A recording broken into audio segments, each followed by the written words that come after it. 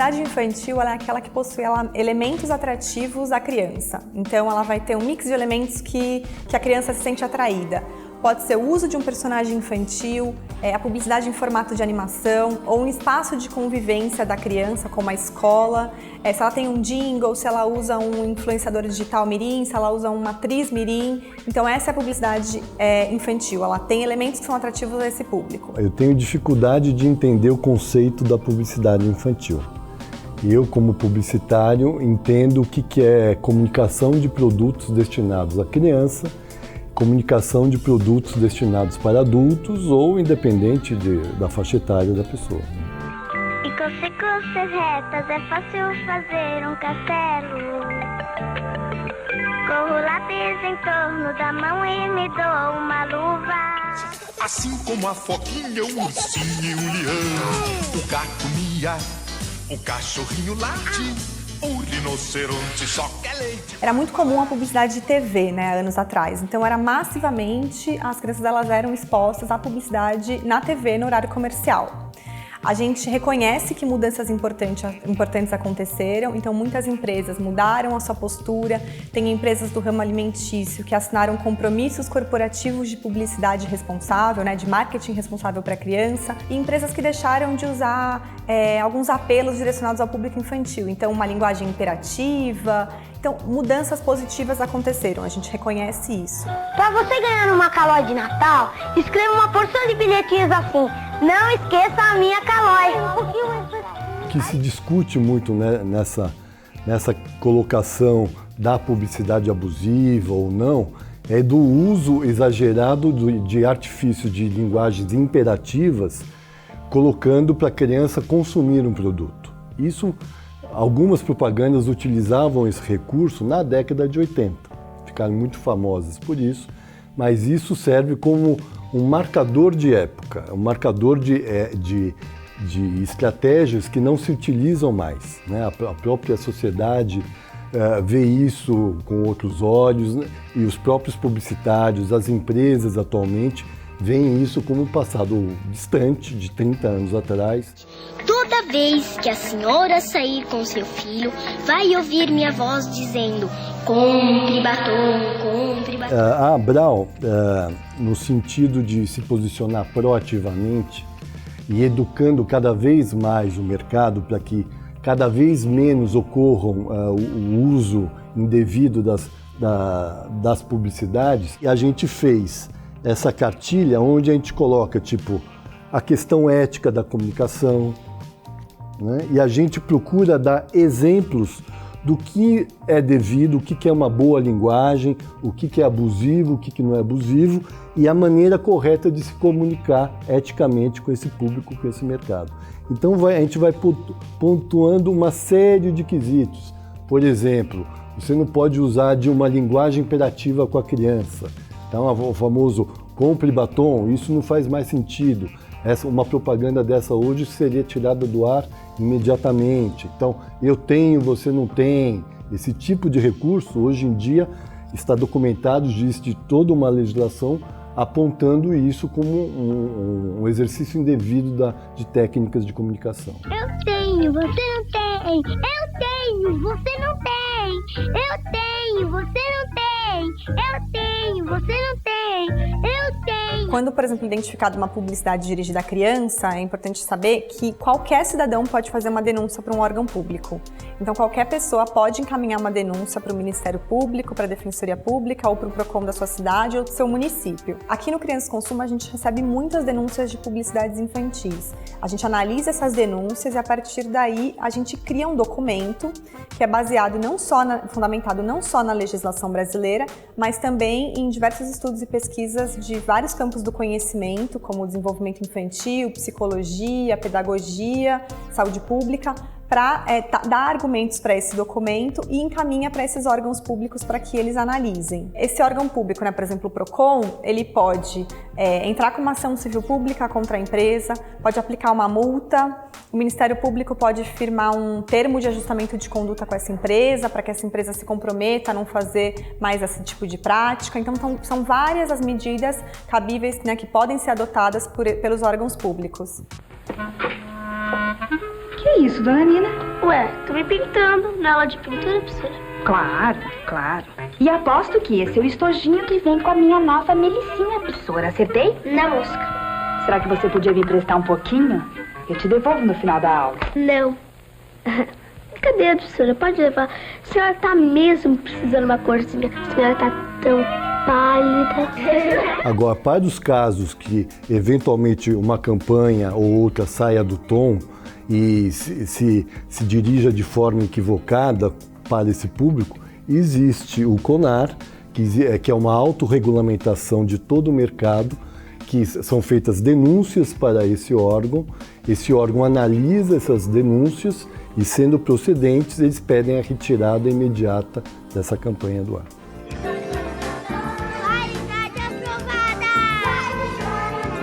A ABRAL é uma associação que reúne os detentores de propriedades intelectuais. Então, você é um artista que criou um personagem, você criou um livro, você criou um filme, um desenho animado, criou esse personagem, criou essa história e você quer viver, você quer ter o direito de explorar esse personagem artisticamente.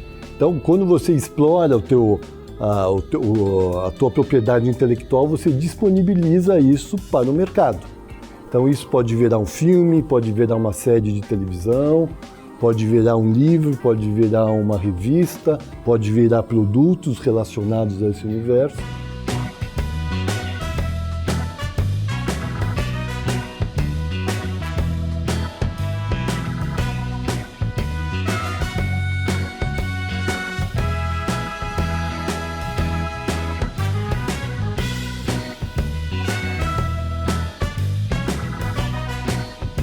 Como qualquer pai e mãe, a gente busca ensinar as coisas que a gente acredita.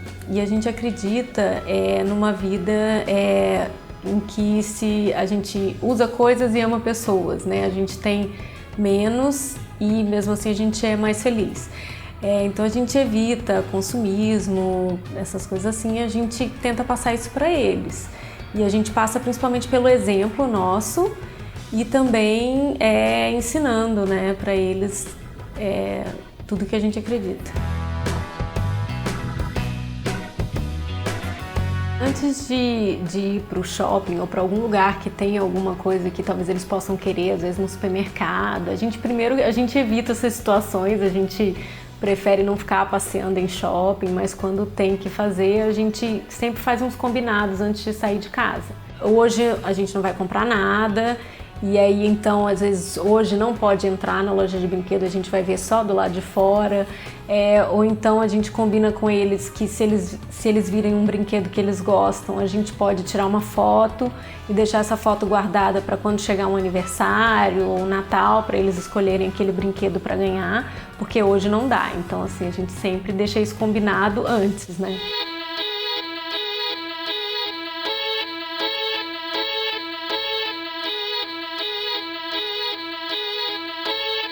O Instituto Alana é uma organização da sociedade civil sem fins lucrativos que tem como missão honrar a criança. O Alana reúne diversos programas e projetos próprios ou de parceiros e desde 2006 ele realiza o programa Crianças Consumo. Foi uma iniciativa da presidente do Instituto Alana, da Ana Lúcia Vilela, que observou que a publicidade direcionada à criança atingia o público infantil de maneira muito perniciosa. E a partir daí ela decidiu discutir esse tema. A proposta do Crianças Consumo é trabalhar o tema do consumismo na infância, levar a reflexão para a sociedade a respeito disso e da publicidade direcionada a esse público.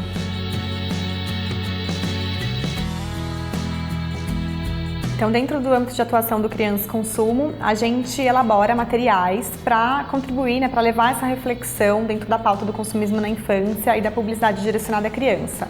Então, a gente tem, por exemplo, documentários que discutem o tema do consumismo na infância e especificamente também a publicidade direcionada à criança de produtos alimentícios ultraprocessados, não saudáveis, e o impacto disso para essas crianças, especialmente obesidade, sobrepeso e diabetes. Shipping in guns and tanks. They're shipping in food, junk food, sugary drinks. A educação física na escola é bom para a saúde da criança, porque na escola do meu filho tem, mas é só teórica. Eu fico até com nojo das pessoas comendo essas coisas. A gente também elabora cartilhas, inclusive para fácil identificação, para que, por exemplo, um aplicador da lei ou alguém que se depare com uma publicidade direcionada à criança possa saber qual que é a legislação que regulamenta a publicidade infantil no Brasil e como identificar uma publicidade que é direcionada à criança. Eu peço para minha mãe, ela fala que não tem condições. Tem vezes que eu tento entender, tem vezes que eu não consigo. Pais que entendeu? Mexem com a cabecinha deles, porque é bem imatura, né? A criança é vulnerável, ela vai ver, ela vai querer. Vai chegar até os pais, com certeza. O pai que pode, ele quer fazer a vontade do filho.